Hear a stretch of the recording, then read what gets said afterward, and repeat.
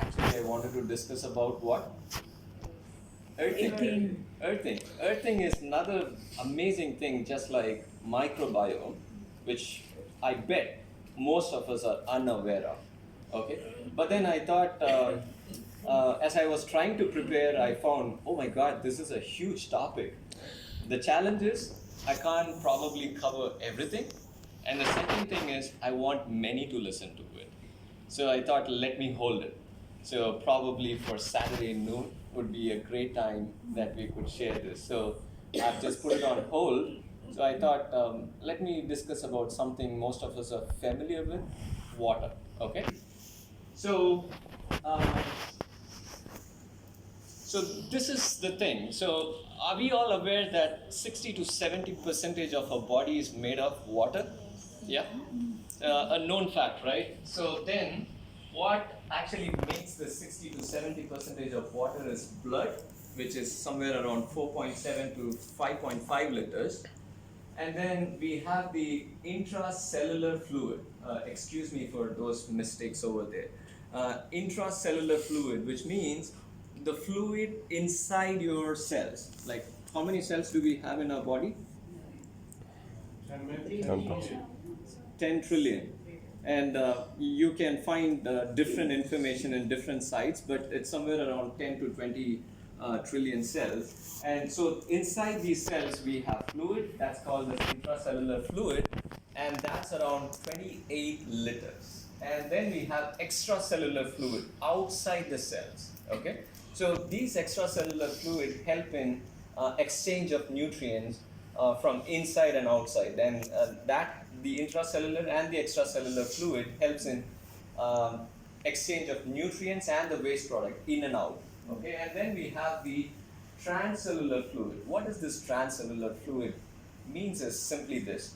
Do you know our brain also has got fluid, and this fluid is called as what? Cerebrospinal fluid. Okay, and do you know the joints have fluid in it?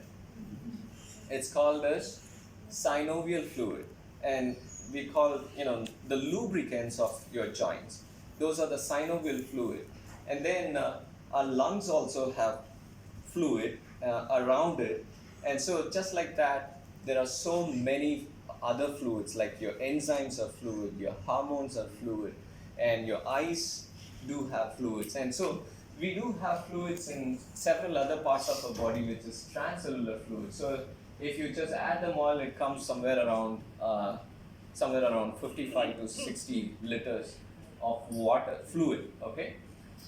All right, now fluid loss per day. Every day, our body actually spends some amount of fluid. So in the form of urine, we lose around 1,500 to 2,000 milliliters per day. And then through perspiration and exhalation. Are we all aware of the excretory organs of the body? What are those? Skin. Second day we discussed. Yeah, skin, kidney, lungs, liver. Liver, of course, but we did not discuss about liver. There's one more organ. Your digestive system, your bowel, right? So through all of these excretory systems, you actually lose some amount of fluid every day. So that's perspiration and exhalation, 650 ml per day. And then through stool, you may lose around 100 to 200 ml per day. And total, the fluid loss per day is 2,500 to 3,000 milliliter. That's like 2.5 to 3 liters of fluid every day. And now you should be understanding why they recommend you to drink 2 to 3 liters of water every day, right?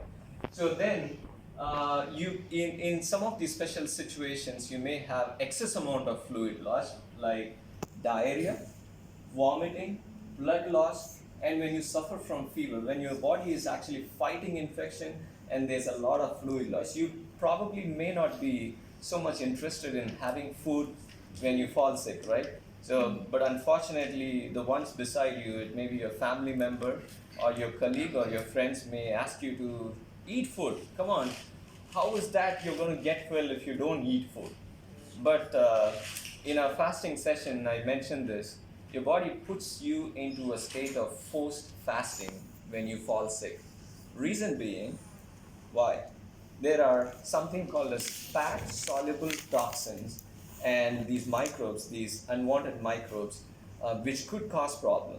And your body actually puts you into a state of forced fasting, which means the glucose reserve is all done and it moves into fat metabolism. It begins to burn fat. So by burning these fat, it's just bringing out those toxins for elimination, or whatever is hiding within the fat, it can literally kill it. Okay, so that's the reason it elevates the body temperature, puts you into a state of fasting. Okay, so is there any other situation where you think there could be some excess fluid loss? Any other Sweating? condition? Yes, with excess amount of heat, the weather, right? You probably could sweat a lot, and there may be increased fluid loss. And anything else? Crying. Crying. Yeah. Yeah. Crying and making others cry also. And exercise, right? Exercise. Any strenuous activity could result in excess fluid loss. So those are some of the information that I wanted you to know. And effects of dehydration in different parts of the body. Pretty much every single part of the body could suffer when your body goes into a state of dehydration. But let's discuss about some of these important organs of the body. First, about brain.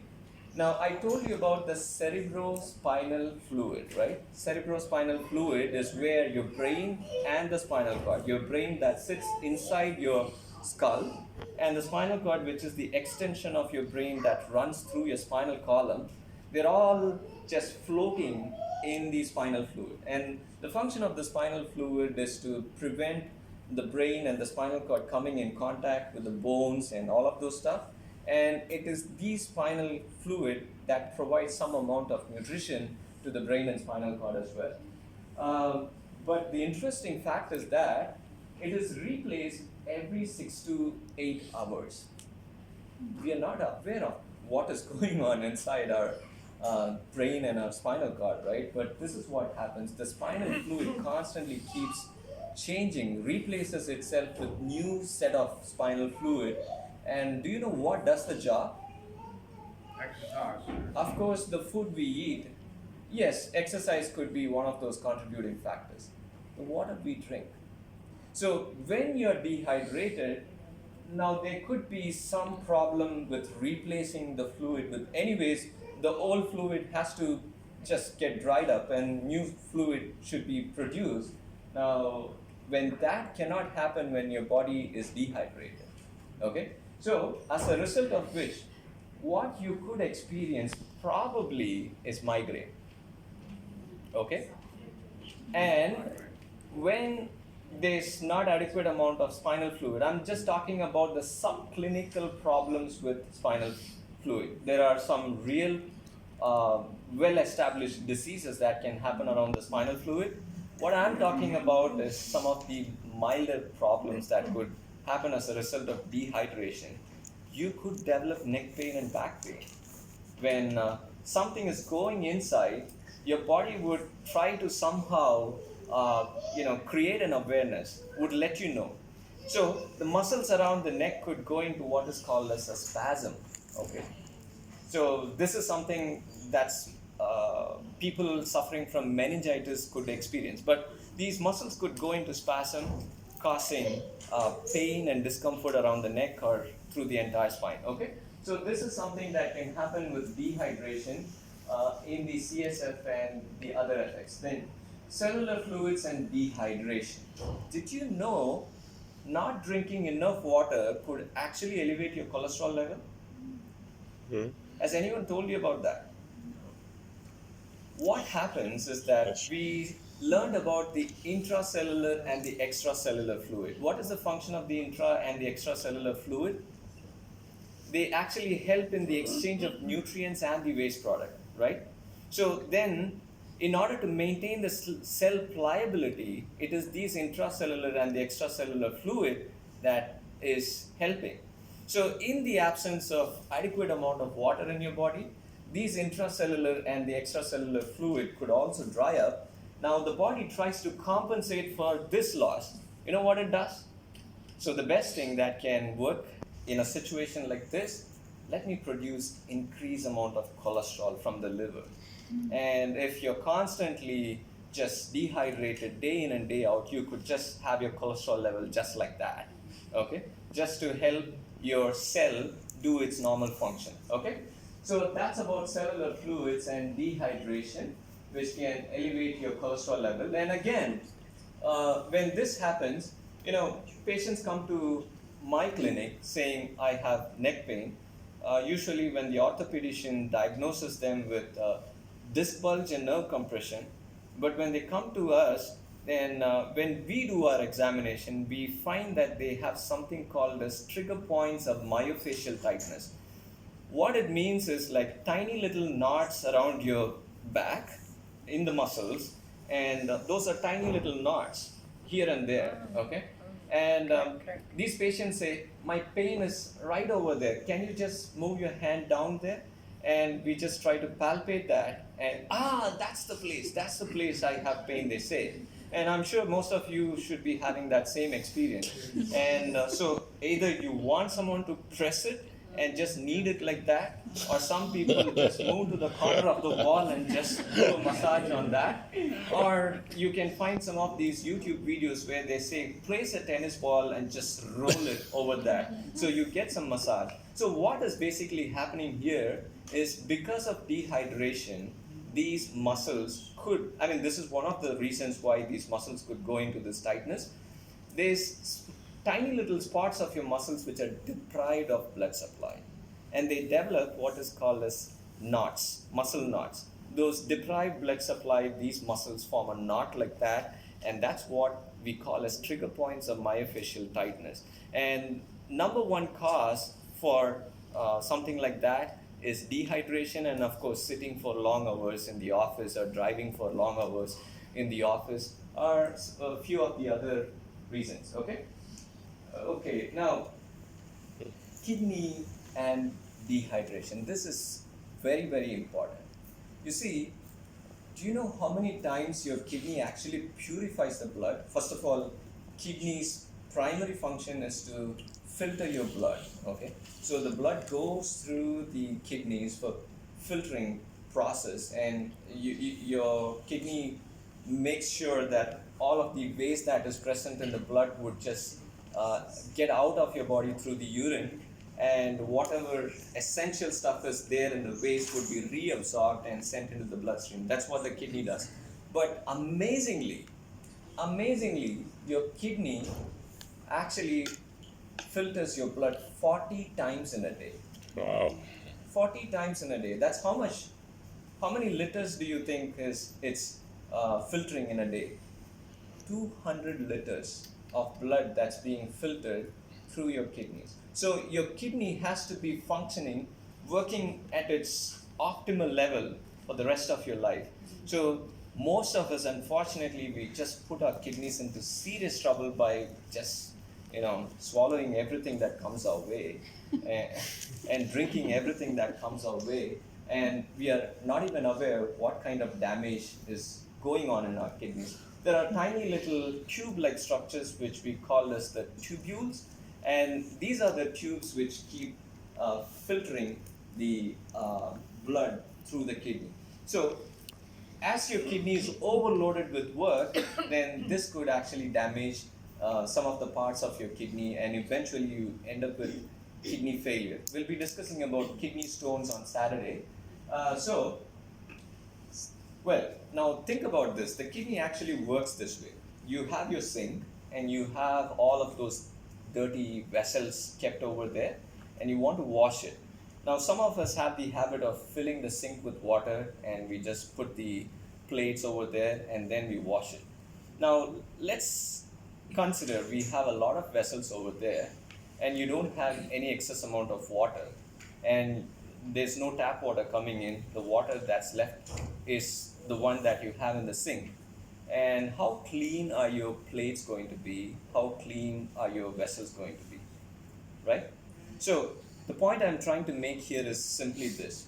For your kidney to do its job perfectly, now there should be adequate amount of water coming in, just like some of us do want to turn on the tap like that and lavishly wash our dishes without caring for the water, right?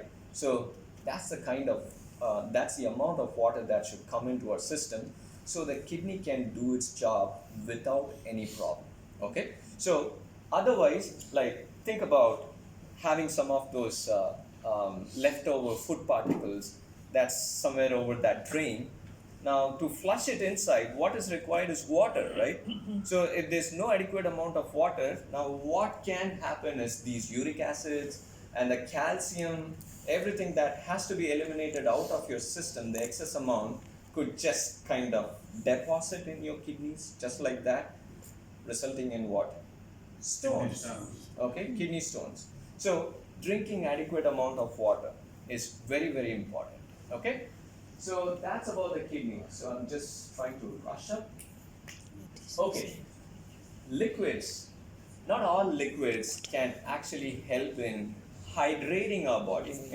Some of us have this belief that, okay, forget about the water. I had 8 cups of tea today, 8 cups of coffee today.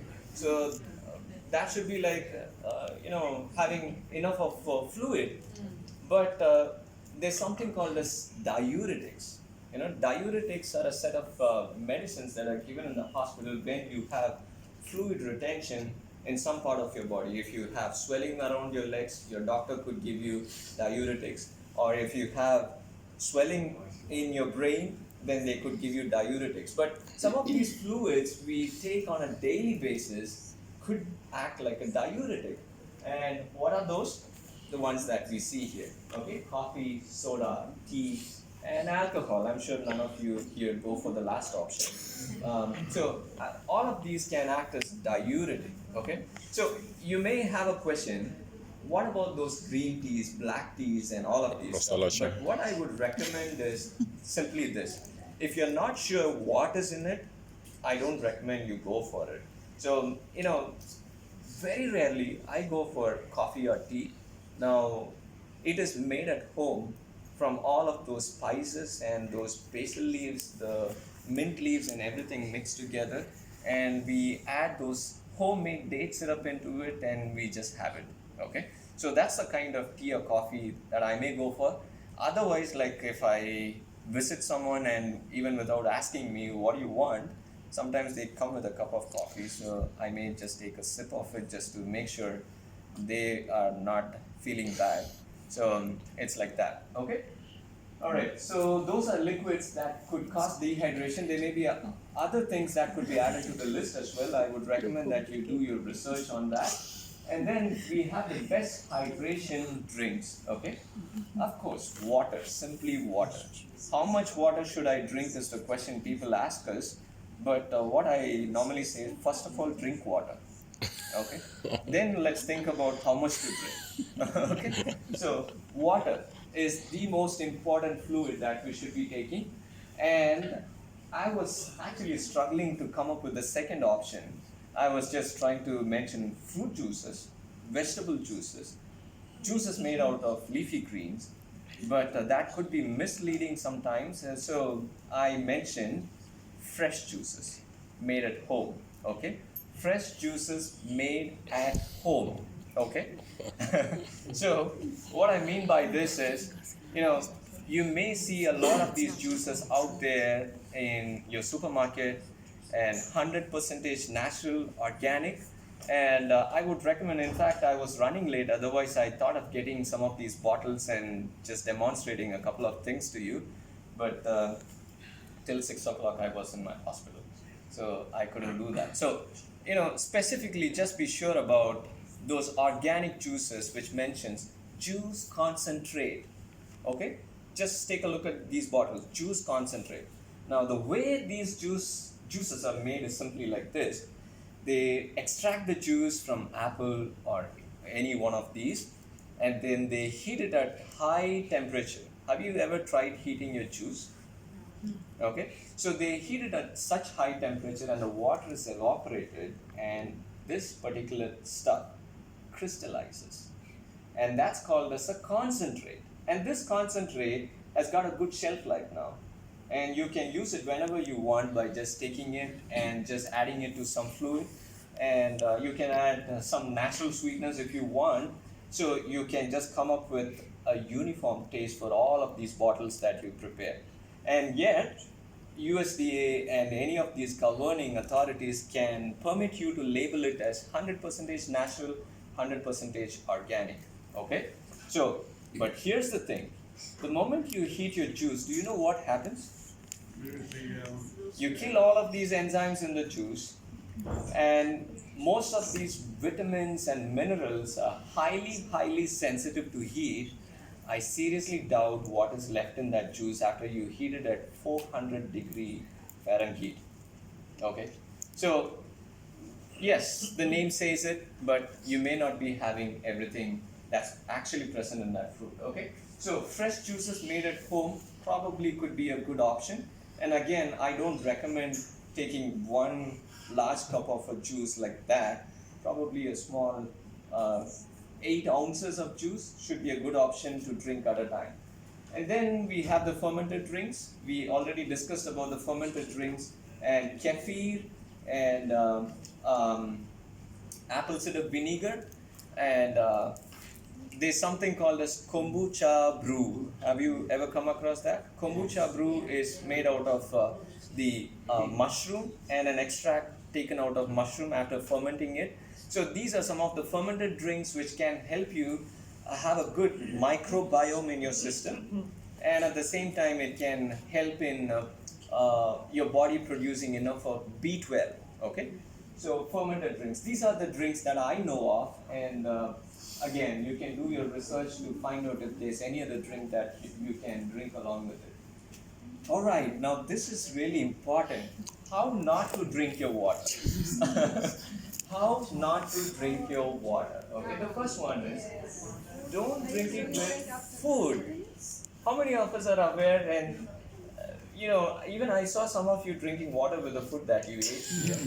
And I am tired of telling people not to drink water with food. And the first person in my list is my dad. And I've told him, Dad, you're not supposed to drink water with food. And you know what he does? In the next meal, he'll drink water along with the food in front of me. And Dad, I told you not to drink water with food. Oh, is this what you meant? I thought it's something else. And again, after a couple of days, he'll drink water with food. And I really do not know how to make people understand, but the simple rule of thumb to drink water with your food is this: 20 minutes before your food and 1 to 2 hours after your food. Okay, that's how you should be drinking food. Otherwise, what is the reason you shouldn't be drinking water with food? Is simply this: your stomach is producing all of these enzymes and acids, and by drinking water, you're literally diluting that. And so these enzymes and acids cannot perform the work that they are meant to do. So result, your food could just remain stagnant in your stomach for a very long time. Have you seen those thin people having a pot belly? They are thin actually, but they have belly, right? One of those reasons could be drinking water and your food just remains here for more than 3 to 4 hours, and it just pulls your abdomen down like that. Pot belly. Okay? So it dilutes your acids and enzymes. Now, the actual reason we are learning about the importance of water is simply this. Having not adequate amount of water and taking it in an improper way or taking unnecessary fluids could result in making your blood viscous, which means it's constantly trying to change the pH of your blood, which is something we don't want.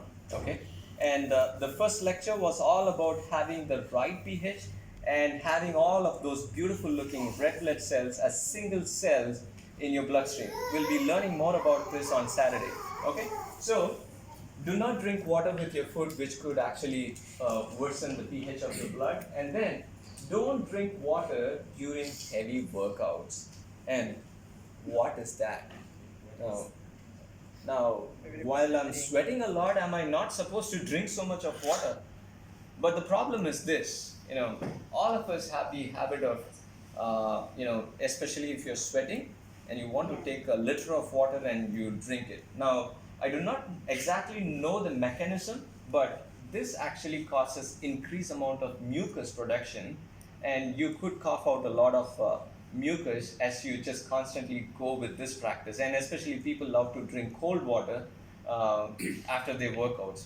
So ideal way to deal with this situation is to take small sips during your workout, which should be absolutely fine.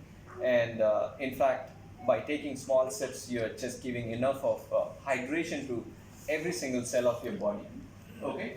And the last one, don't drink large quantity at once. I woke up in the morning, and the first thing I did is to take 2 liters of water and I glug, glug, glug, glug, glug. I drank it. You know what happens? In another half an hour, everything would just go out of your system. And it's a belief that it is flushing out everything. Just the perfect example that I could think of is just think of a drum of water that's given to you to clean this entire room. There are two choices for you: either to take a cup of water and just pour it, clean it, and keep mopping it, and you effectively use the entire drum of water. And the second option is pour everything all together and then come on, sweep it, everything together. Which one do you think is the right option? The first one, obviously, right? So this is applicable to the juice you drink, this is applicable to the water you drink. And yes, you drink water as the first thing in the day, but make sure you don't really need so much of water. And this is meant for people who are unaware of what exactly health is, and they just want to drink a lot of it. Okay? So now, I believe that's the last slide. What's the best? What are the best sources of drinking water? Okay. So now, I'm not actually meaning all of these best sources of water, but these are some of the options that are available here. The filters. We discussed about activated charcoal the other day. So there are activated charcoal filters available. So what activated charcoal can do is it can just grab a lot of these chemicals, toxins, heavy metals and everything, but it does not actually clean the water completely. Fluoride is something that cannot be cleaned through activated charcoal filter. And then we have the distilled water. Excuse me for all the spelling mistakes and the grammar mistakes. So distilled water, you just evaporate and the vapor is just condensed and stored, and then you take it. And yes, it's one of the effective ways, but you don't get any of the minerals from it. Okay, and then we have the deionizing filters. And what deionizing filters do is, again, those unwanted minerals can be just filtered, and it is believed to give a water which has the minerals that are actually supposed to be in the water. And then we have the alkaline water, which is what I've mentioned as ionizing filter. Now what ionizing filter does is it has got these stones from the rocks and some of the deepest parts of the ocean, and these rocks are actually meant to alkalize the water. And so that's how the natural water from the waterfalls, the rainwater, all of these things are more alkaline. So these filters do have these stones in it which can alkalize the water, is the belief. So this usually has got a pH of 10, which I believe to be a good option, but those are very expensive ones. Okay, and I'm going to share with you one of the interesting things that you and I could follow at home. Then we have the reverse osmosis, which is a common thing that we can find. It is filtered through a semi-permeable membrane, and through which some of the important nutrients are coming through the other way, and it is believed to be a healthy water, but not really. And then we have the hydrogen water machine.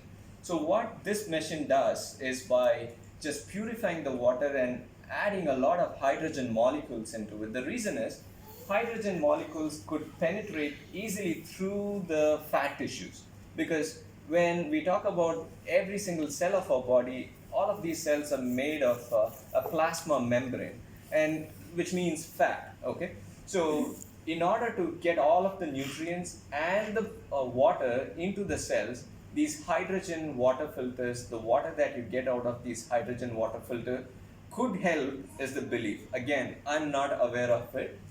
You may have to do your own research on that. But the one that works for me is simply this. All you got to do is get your water, heat it, and then bring it to the room temperature, and then cut the best slices of your fruits and vegetables and put it inside that, which is called as infused water. If I'm not wrong, some of you seated here must have had that kind of water already. Okay, so that's called as infused water. Are you all with me? I hope I'm not confusing you. So basically, you heat the water, bring it to the room temperature, and you put some slices of oranges or lemon or mint leaves in that, and you could even put it inside your water bottle, and through a filter you just keep drinking the water only, and you could have this water stored for about 4 to 6 hours, and you just keep drinking. I bet you get the best alkaline water by just doing this, but just that you won't get the actual taste of a water. But this is one of the healthiest things when it comes to water that I know of. Okay, so inexpensive one, right? Inexpensive one. Yes. Just so you know, all the water that you get from D1 is from seawater reverse osmosis. I didn't get you. All the water that's provided from D1 Yeah, is the via, seawater. Seawater reverse osmosis. Okay, reverse osmosis. Okay. Okay. So, okay. I do not know much about that. Okay. So, this could be one of the effective ways that we could drink our water. Okay. So, drink enough water and drink the right quantity of water and drink the right kind of water is the message that we all are taking home today. All right. God bless you all.